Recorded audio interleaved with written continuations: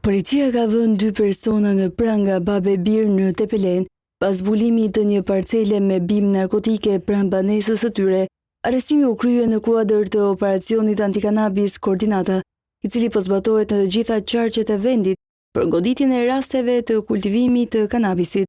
Pas vëzhgimeve ajrore me dron, uniformat blu zbuluan dhe zgjësuan 194 bimë të llojit kanabis sativa, ndërsa një pjesë e tyre u sekuestrua për provë materiale. Hetimet po vjojnë për të zbardhur tërësisht aktivitetin kriminal. Ndërkohë një tjetër rast është konstatuar në fshatin Berzan, njësia administrative Zejmen në Lezhë. Gjatë kontrolleve, policia gjeti një parcel me 150 bimë narkotike dhe arrestoi një shtetas i cili u kap duke u kujdesur për to. Të gjitha bimët u zgjësuan me anë të djegjes, ndërsa një sasi e vogël u sekuestrua si provë materiale.